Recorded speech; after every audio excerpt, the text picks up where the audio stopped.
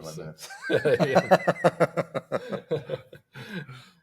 Hey, it's good to see you today. My name is Philip Thomas, pastor of Journey Church here in Elgin. This is Tom Burns with the Redeemed Idiot. We're on the day after podcast, and we kind of had a doozy yesterday as we're going through Nehemiah.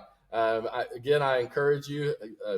The sermon is going to be out here pretty soon. You can also go back and watch the live versions on YouTube or Facebook under the Journey Elgin page. It's also going to be in the app as well.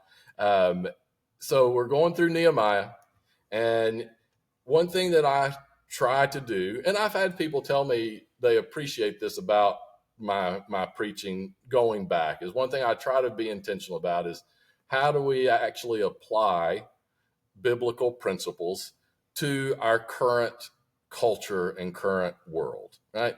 And the reality is that's not always easy to do, right? Because there's a lot of differences. Culture has changed in a couple thousand years. Shocking, but there's been a lot of changes, right?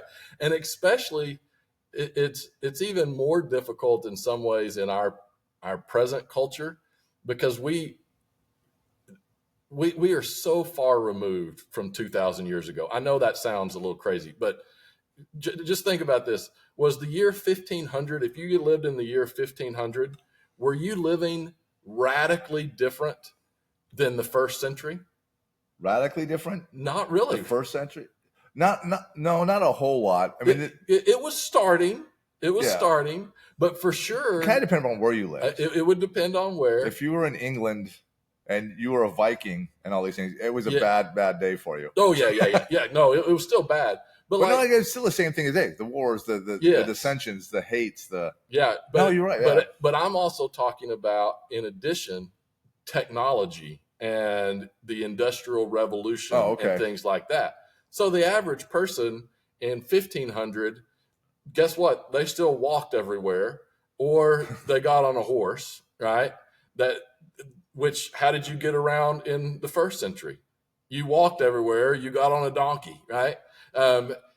So there were changes, but now we have entered into such a different age. I mean, just going to my granddad's age, he was born in between the two world wars, fought in the Second World War.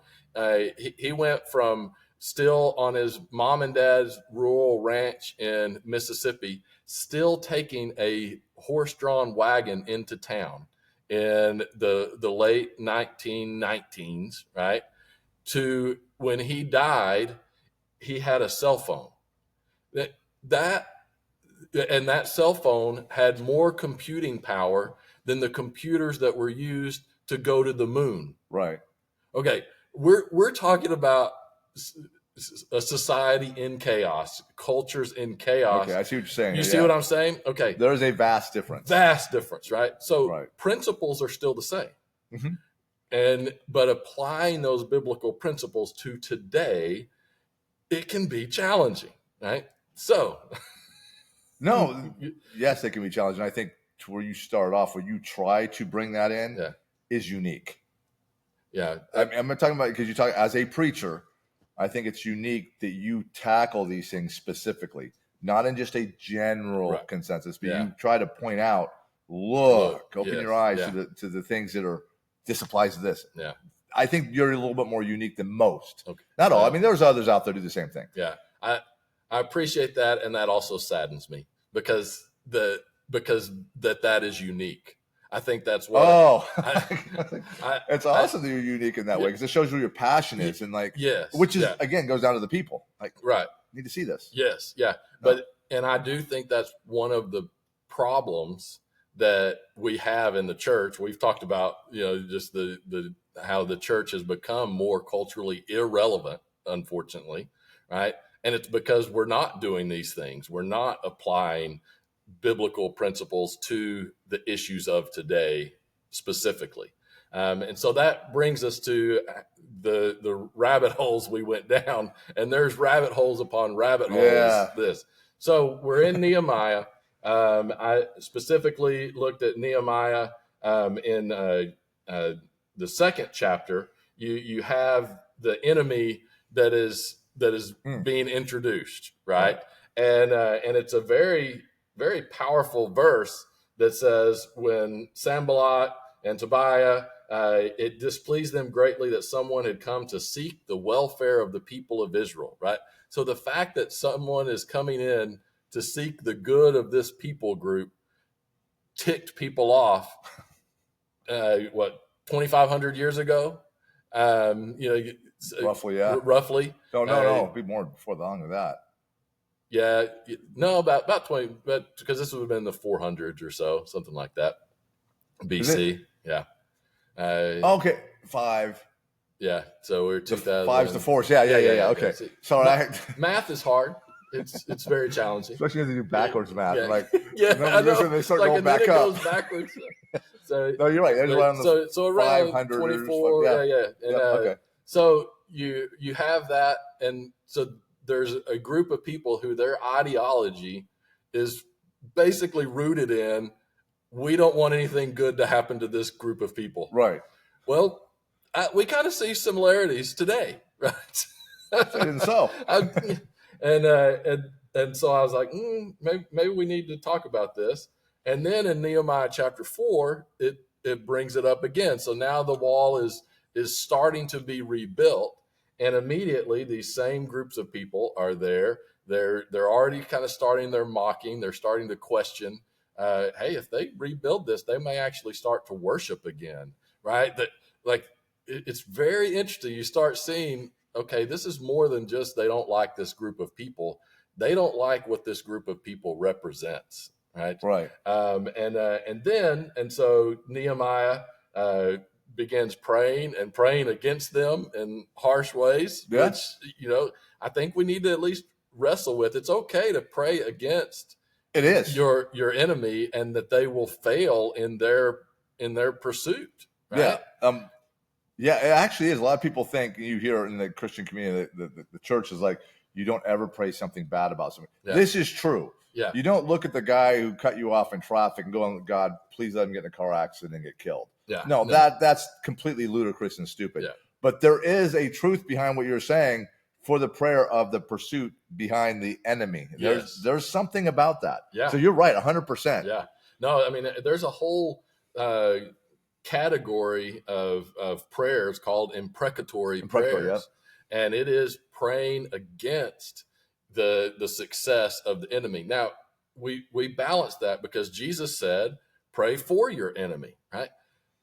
That's more on the individual level, right? That you would love for opportunities to share the gospel with your enemy, right? Yep. And we have to keep this distinction. We have to live in this tension.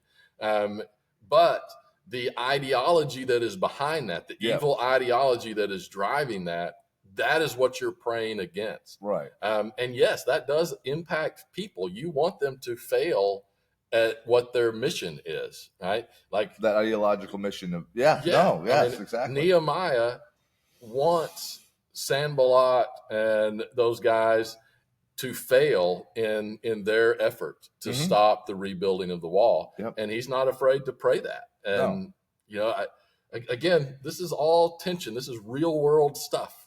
And we can go too far as Christians, of course, because we're still human. But we at least need to wrestle with that. And I'm getting to the point. I'm the pendulum sometimes swings, but I'm to the point. I don't want to hear any of this. As Christians, we need to be nicer than God. Jesus just loves everyone. That's kind of what the modern church has portrayed. Is, we just love everyone, and just pray for the good of everyone. Okay, that's true. That's true technically, but that's not There's living. More to it than that. That's right. We are not called to be nicer than God. Guess what? You can find numerous passages in Scripture, and I had a sermon on this, of the things that God hates. There are things in this world that God hates. It is not people. It is the ideologies behind what's driving people to do things. He hates those ideologies, and we have to push back against them because he hates what it does to the people who are caught up in those ideologies as well.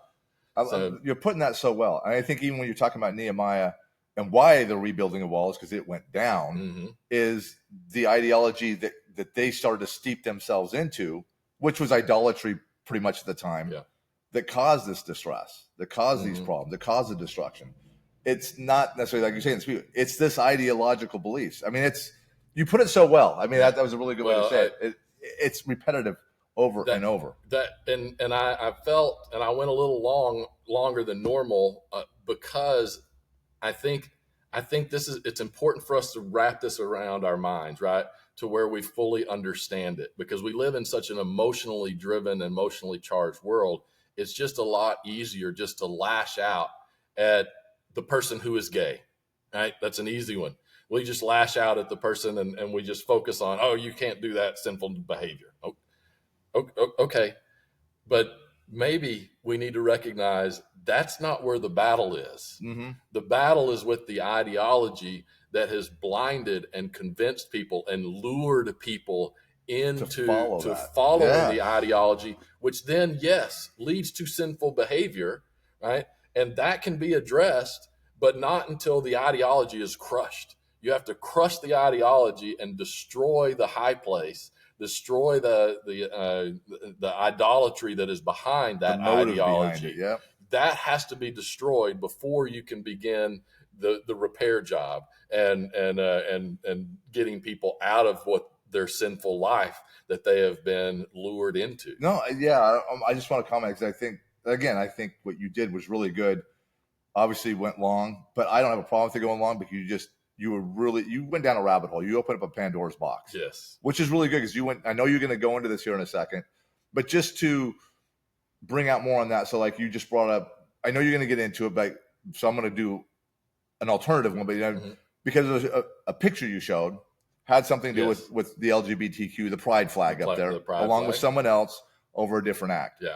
But you're still talking about the ideologies behind it. And that can be also something that others might be able to understand is like the abortion thing. It's not really an abortion issue. It's a women's rights thing. And not everybody that's within women's rights or can have abortions are women. There's a lot of people, men, that follow that same ideological belief. Yeah. And they've been misled to understand. And I think where your point is, it's leading people from God is the whole point. All of it, yes. Those people are caught up in it. We're still to love them. Like, hey, no, come over here. And your point is we have the church, the believers, got to push back against that ideological belief. Yes. So they can be released from that and start seeing who what the real ideology, the real truth is Christ. Am I correct in how I'm putting this? Yes, because I believe that behind these ideologies and specifically in that picture, I thought it was it captures what's going on. We have today, yes. Yeah. We have the LGBT movement, right? Which again, I made the point. I don't believe it cares anything about the individuals within that. No, and you really did a good job explaining that. It is about pushing and sowing chaos. That is what it is about. Same thing with the ideology of that guy who firebombed Jews. He represents an ideology. If this gets clipped, it goes viral, right? He represents Islam. Islam is a demonic construct. It is a religion that goes directly against the things of God. Right? Now, there are a lot of very good people who are deceived by Islam. Right? There are a lot of Muslims who would never firebomb Jews. Not at all. Right? In fact, the vast majority would not do that. Now, a little bit less of a percentage. There's more that actually kind of support that quietly than probably we would be comfortable with. But it's because of the ideology that is inherent. Islam is it's a religion of peace. Actually, yes, it's a religion of peace. The way they get to peace is by conquest. It is by conversion. You convert the whole world to Islam, guess what? You technically have peace. That's the theoretical theology. I think that's a good summary, wouldn't you? Yeah, that's right. Yeah. That's giving a lot of the benefit of the doubt, right? So they technically believe peace can come. Well, peace can only come when everyone is Muslim, and then everyone has to be the right kind of Muslim because they're fighting amongst themselves. They're always fighting, right? Which again points to the demonic beginnings of this ideology. If you were just constantly have war and death and destruction as a result, and people will say that about Christianity. That is not true. There have been times, yes, that violence comes up. So go back to the Crusades. Yes. All right. So that's where what we have today is the extreme interpretation of the Quran and the teachings of Muhammad, which is essentially ISIS and these other terrorist organizations are practicing that from a long time ago. Yeah. Christians and even the Catholic Church, which is a lot behind the Crusades, do not practice this anymore. That was a different time and age. Yes. Completely different. So there is a difference. Yes. And when you're talking about the Jew thing with Islam, so I think this kind of points into an ideological belief because there was more of a separation than there is today, or a hate against Jews. But as countries say, for instance, like Jordan, or let's use Jordan example, and starts this thing like to be more accepting as the government, as the authority of Jews, and be less critical against them and less hate. That starts changing the people. Yeah. And they start going, oh, we can start accepting Jews more now, which is a good thing in that construct. But it's still an ideological thought process from someone a little bit higher that gets the people to think something and follow me this direction right now. In a good way right there. Yeah. Don't get me wrong. But again, I think it goes back to your point of ideology. Yes. It's people are led by something different, even though it is a complete radical change from what they used to believe. Right. Oh, okay, I'll believe that now. Yeah. No, and it causes chaos. Absolutely. And that's why and why we went down these rabbit holes. Right. Is because as I'm reading in Nehemiah, you have the Sanballat, Tobiah, the Arabs, and the Ammon. I mean, it's bringing in a lot of people groups that we see today, right? A lot of players. Yeah.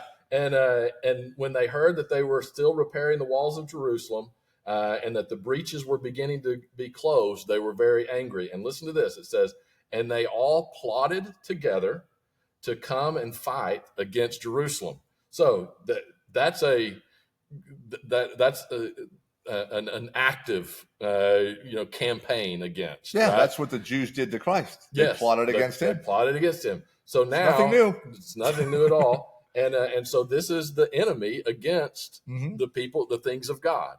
But this is the one that just really jumped out to me. So not only to come and fight against Jerusalem, but a separate tactic. It's not kind of correlated exactly with the active fight, but a separate tactic is to cause confusion, right? And it says that to cause confusion in it. So one of their main goals was to cause confusion within the people. Right, and to derail the direction that they were going. Yep. Well, we are in total chaos, and that to me, those should be key understandings whenever you hear words like that. That confusion and chaos is part of the tactic. Well, who is the author of confusion and who is the author of chaos? Well, that's the enemy of God, right? And so if you look at today, I was trying to apply that principle that was active back then. How is that being seen today? Well, that picture to me encapsulated it. There is so much confusion around that stupid pride flag, right? Which has co-opted the rainbow and removed a color and just completely uses something of God to be demonic. And then also a religion that has co-opted some biblical narratives and then twisted them just enough to make it where it's an ideology all about submission, all about conquest, and which leads people then to have a desire to destroy a whole group of people, right? Well, how did we get here? What are we why do we see that kind of confusion today? Well, because the enemy is behind it, right? And I did get into, and we may have to do extra on these podcasts. We still got a little bit of time. Yeah, but, I think you do need to like bring it to today, something that we can recognize. I mean, you can go back like you have, yes, and go, okay, but that was back then, right? And then you can bring in the pride flag. You can bring in the Islamic guy because, well, it wasn't Islam back in 500 BC. No, it wasn't. That's right. So how does this all play in? But you brought in to pretty much our 20th and 21st century mentality of what's developing this in a very like, oh, wow. Yeah. So there's a purpose behind this. Yes. And, people have heard, and now all of these things become just buzzwords now. And I know most people's eyes glaze over, when they hear the different isms out there, right? There's capitalism, there's racism, there's this ism, there's that, right? However, it's important to understand these concepts, right? Well, one that has been around now for a while is called Marxism, right? From a guy named Karl Marx. I can't even remember exactly what year it was that it was in the 1800s. There was actually maybe 17. It may have even been earlier than that. So, but basically he begins to kind of formalize a system of thinking, right? That wasn't new, right? But it was becoming formalized, and all of a sudden now you have printing presses. You have people that can write books on things. Things can be written down. An ideology can be established and written down, and then that can be shared from one area of the world to the next area of the world, right? So he's kind of in a different industrial time than we've seen in previous history. Right. So he begins coming up with this philosophy, and this is going to be so dumbed down, but that's how I have to understand it. And I know that people would nitpick, but the general principle of Marxism is he recognized some things that were true. You look at the world is broken in, nearly every society, no matter the governance of it, has the haves and the have-nots, right? There's oppression in every society in different ways. Sometimes it's governmental policy of oppression, right? Like this group of people are going to be enslaved, right? Okay, there's that. Then there's those that don't have slavery, and yet you still see a huge gap between those who have a lot and those who don't, right? And it is not fair. I even hate to say this, we would agree with Marx in that premise, right? That this isn't fair, right? Okay. Oh, man, isn't fair. That's the problem. So here's where things go off the rails. Never say you agree with Marx. And by the way, that's not the point. No. There's got to be an element of steeping a truth for people to buy into. Yes. And so it does. It uses that truth of unfairness. But the reality is there's always going to be unfairness because we live in a fallen world. The unfairness that we see is not a result of different societal institutions. It's a result of human sinfulness. That's the difference. Marx saw the difference here, and the oppressor versus the oppressed is caused by human institutions doing this. No, it's caused by human sinfulness. So if you try to fix the problem by fixing the institutions, you're not really fixing the problem. You're going to replace it with another human institution that, guess what it's going to result in? Oppressor versus oppressed. They're just probably going to flip, right? Which is what we've seen throughout history. So the general principle that Marx instituted is viewing everything. You nearly view every situation by what group is being oppressed and what group is doing the oppressing. In his day, he was focused more on the economic, right? There was people did not have the ability to have property, private property, all of that stuff. So you had the elites, you had the oligarchs, you had, that level that they kind of owned everything, and then everybody else worked for them. Right? It's not a good system, right? And so what Marx was focused on is trying to get the oppressed to rise up and push back against the oppressor. And Marx would have been just fine with, for example, what we're seeing in Los Angeles right now. He would have been fine, for example, with what we saw in 2020 with the BLM riots, right? Those are expressed tools of a Marxist movement, right?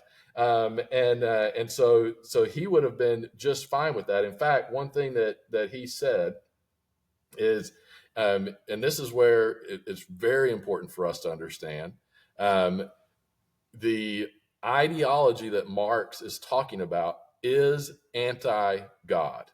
It has an expressed desire to destroy God. And Marx, by the way, was Jewish and hated the Jews. But he was Jewish by ethnicity, which again causes all kinds of confusion. He was not religious, I promise you that. But Karl Marx has a statement where he referred to religion, and he would apply this. I believe that he would actually apply this to Islam, any religion, right? But the problem that he had with religion is he says it's the opium of the people. And what he meant by that is that it serves as giving a comforting illusion to the oppressed. He did not want the oppressed to be comforted. Right. He wanted them to be angry to overthrow the system, because he believed that it was the system that is causing the tension, that's causing the problems in the world. Again, that's a false premise. It's sinfulness that causes that. So, he is bringing a little bit of truth here. One thing that the Bible talks about is that we should not let our circumstances dictate our peace, our joy, our hope, our comfort, right? We should not let our circumstances, we should base that in who?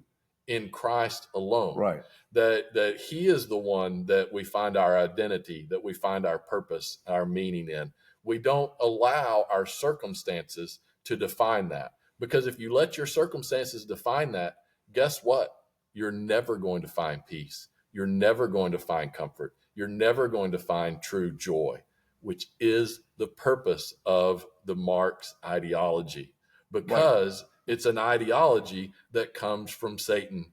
Right. It's a demonic ideology. Yeah, exactly. So you laid that out. So you brought up, like, just the little thing, BLM. Yeah. The 2020 riots, and obviously BLM lasts a lot longer than that. So how do you how is that a Marxist or an ideological thing that's pushing people from God? Yeah. So, okay. So people can understand how all this ties in together. Okay. So what is one of the basic premises of BLM? And you could actually... Black suppression. Exactly. So how is it oppression? Oppression. Yeah. So what is it? It immediately is starting to, you look at who's the oppressed, the black population. Who's the oppressor? Everybody else, right? Yeah. Any form of societal power is now the oppressor. So then that justifies doing whatever you can to overturn that system, right? And BLM, if you would have read, and I did, when it first really jumped out, you could go on their website. They specifically use this type of language, oppressed versus oppressor. They specifically talked about the destruction of the nuclear family, which is a strong, Marxist type, tenet. It was very obvious. It flows from a critical theory, right? And this gets very academic, but flowing from the Marxist idea of oppressed versus oppressor has now gone to every different area. So you can apply it to race, critical race theory. views everything as my race is the oppressed. So that means who's the oppressor, right? And then you can flip this, and we see this now. It's still a form of critical race theory. There are those who will make the statement, the most oppressed people in the United States now are the white man, right? That is taking the same principle and flipping it another way. That is not healthy. No, it's not. We are falling into a trap, because what does that do? It puts all of your focus, if you see everything as oppressed versus oppressor. One, if you're the type that you're like, oh, I'm the oppressor, and you feel guilty about that, then you constantly are living under the guilt of being an oppressor. Mm-hmm. Does that sound godly at all? No. On the other side, if you're the oppressed, you're constantly living in this reality of, oh, I'm oppressed, the whole system's out against me. Where does your focus turning? Your focus is turning on you and what you can do to overturn the system. Well, our focus is not to be on us. Our focus is to be on him. Right. All of these theories, all of these critical race theory, liberation theology has its roots in Marxist thought. Right. Again, there's some basic truth here. There is inequity. We understand that. The lie is that there can be any human institution that's going to bring us to that place of utopia, right? And we see that with the critical race theory hits the race. We have the rich versus the poor. The reason that it fuels into Islam as well, there's this crossover, is because Jews are now seen, they are not oppressed, right? They are very successful as a people, right? So that clearly makes them the oppressor, right? That's what's going on over in Israel right now. You have the Palestinians, right. They're the oppressed. And then if there's the oppressed, you have to have the oppressor. That has to be the Jews, right? And that's how you get people that support the LGBT flag, right, that are all in for the Palestinians. And we think, well, that's weird, because if they went flying that flag in Palestine, they would live for approximately 4.3 minutes, good, right? I mean, like literally these countries that they are supporting have overt laws of death to people who practice homosexuality. Yep. Not back in Nehemiah's time. No, it's today. I'm talking about June 9th, 2025, right? And so we kind of look at that and we go, that doesn't, why would you overtly support someone who would kill you? Because they're serving the same master. Mm-hmm. They're serving the same ideology that just wants confusion and chaos, and ultimately is wanting to pull people away from God. Right. That is the purpose of it. Now, most individuals who support BLM, most individuals who support the LGBT movement, most individuals who support Palestine have no idea what their ideology actually represents. Right. Most of them. I think, that's a really good statement, because I'm not going to go down. That's because now it doesn't mean that they're not going to be held accountable for stuff, right? But because everybody's held accountable. Your point is, correct me if I'm wrong, because I was trying to flesh this out with you. I mean, also because you brought up circumstances. Mm-hmm. So when you're talking like BLM, they're being oppressed. They believe it's because of their circumstances. Yeah. Would that be the right way to say it? Yeah. They're being conditioned to believe that. Yeah, right? There you go. That's part of the ideology. So follow me. Is you, yes, and you blame your circumstances. You blame those on human-made institutions. Well, when the reality is the oppression that anyone feels and anyone experiences, if it's real, right? Sometimes we're to the point where we make up oppression, but true oppression is always the result of sinfulness first. Then human institutions take those sinful desires and create the oppression, right? This critical theory, all it does is focus on, let's just try to overthrow the human institution that's causing the oppression. Okay, that may bring some temporary relief, but then it's not addressing the real problem, which is human sinfulness. I will go down this road a little bit. So this is a perfect example, I think, and not to get too deep into this, look at South Africa. And I just know the basics. South Africa, there was apartheid. It was human sinfulness that there was huge racism, right? That did exist. Okay. Well, the oppressed rose up. And we can say, good, they needed to push back against, that institution needed to change. Okay. Now that institution did change. And you look at South Africa now, it's the exact same situation, basically. There's still two people groups there that still hate each other, but the one that has power has flipped. And now people are being killed by the oppressor, except it's a different oppressor than it was in the 80s. But it's the same chaotic situation, right? Because the issue was not the human institution it's human sinfulness, right? And I mean, there are times we need to push back against the human institutions, obviously. However, we need to understand this is a spiritual battle that we're in. And so for Christians, and we'll wrap this up, we'll probably bring out more of this even as we go through Nehemiah. But, what the biggest point that I think we need as the church, we need to recognize who the enemy is today. And I think, and it was very concerning, I saw people post, because we're in Pride Month, which we could go down that. Just so you know, pride is one of the big sins in Scripture. Why? Because it leads you to what?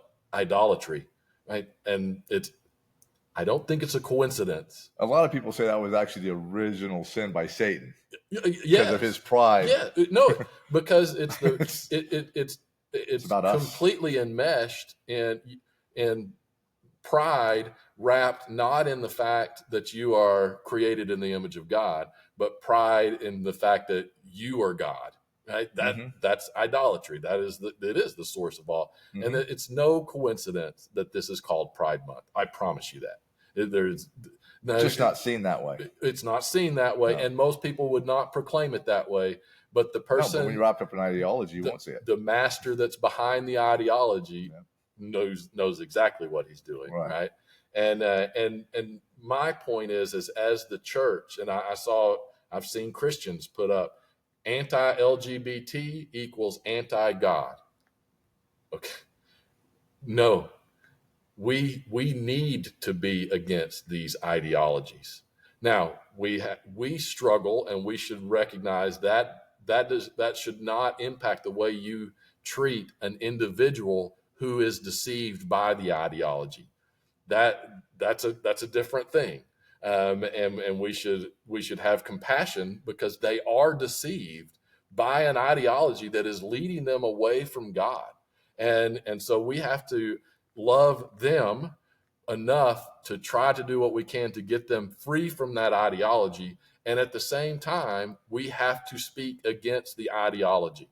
Right. And we as the church have failed to do that. And now I don't think we recognize fully how enmeshed these ideologies are. And to the point that you have many Christians who support these ideologies thinking they are doing this because, we're supposed to love everyone. Oh, man. You're loving an ideology. Yes. So if I can, I think, I'm just really good conversation. But so for anybody watching, we got sitting up here 2 white heterosexual middle-aged men. Am I middle-aged? Are you heterosexual? I am heterosexual. Okay, I may be more middle-aged. Yeah. You're definitely more middle-aged. Wow. Okay, so you got this old guy, this young buck over here. Very young, vibrant. This teenager. Don't know where he lost his hair. It's the new playing style. Soccer, he's had the ball too much and rubbed it off. But where was I going with this? You're going, I know what I was going to say. So the point, I think, is we're 2 white heterosexual men.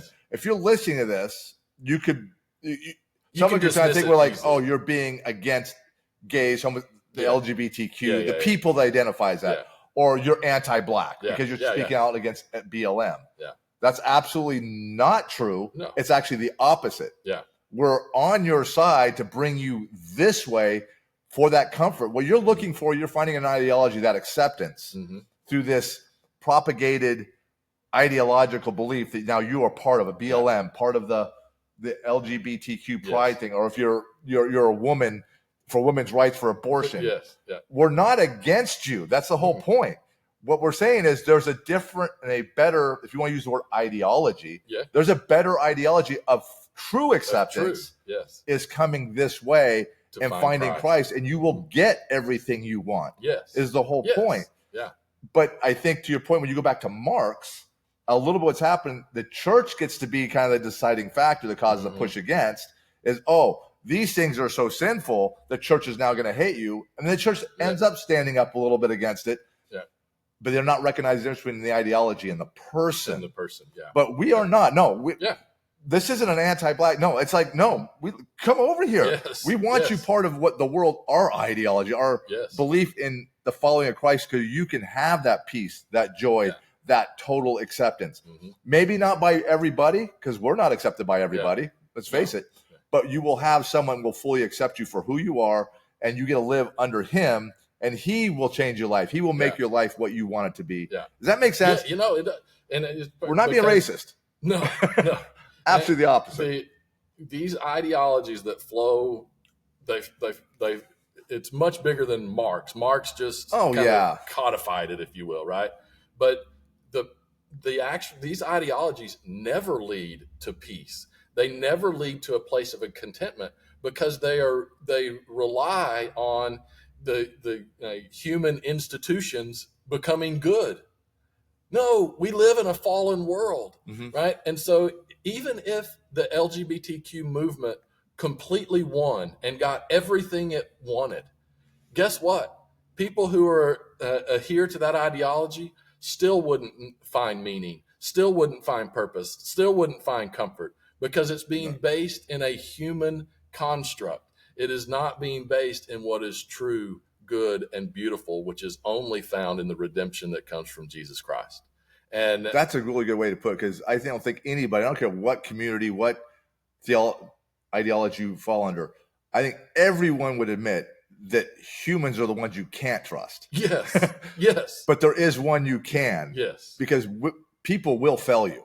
Oh, yeah. They may like you one day and some they'll hate you the next. But there is one who will never do that. Yeah, that's exactly right. So, man, we could go, and we probably will explore this more in depth. I think it's very important for us to understand who the enemy is. And make no mistake, the LGBT movement, that is an enemy. The Islamic movement, it's an enemy. I'm sorry. It is, and there are other ideologies out there. Any ideology that encourages you to view things as oppressed versus oppressor. There's things out there called intersectionality, and so you view everybody as, here's the Asian person, here's the gay female Asians, all of that is just playing in to evil ideologies. It's all division. It is all division. And we are all united in Christ, right? That is the starting point, is not your skin color. It's not your genitals. It's not who you prefer to sleep with. The starting point is that we're all created in the image of God. And in order to find fulfillment, in order to find purpose, in order to find salvation, we have to return to worshiping the one in whom we were created. And that's it's not an arrogance too in that worshiping of him. No. And these ideologies, their intent, whether stated or not, is to move people away from God. And therefore, we do love others, yes, but we love God first. And so those things that are against God, we have to stand up against. And at the same time, loving those who have been enslaved to those demonic ideologies. And I think just where all this started, I'm going to restate your uniqueness. I think as a preacher is it needs to be applauded, needs to be understood, because you do stand against these ideologies while you bring out things that are happening in our society today. And I don't think this is where the church has failed. It's become quiet. Yeah.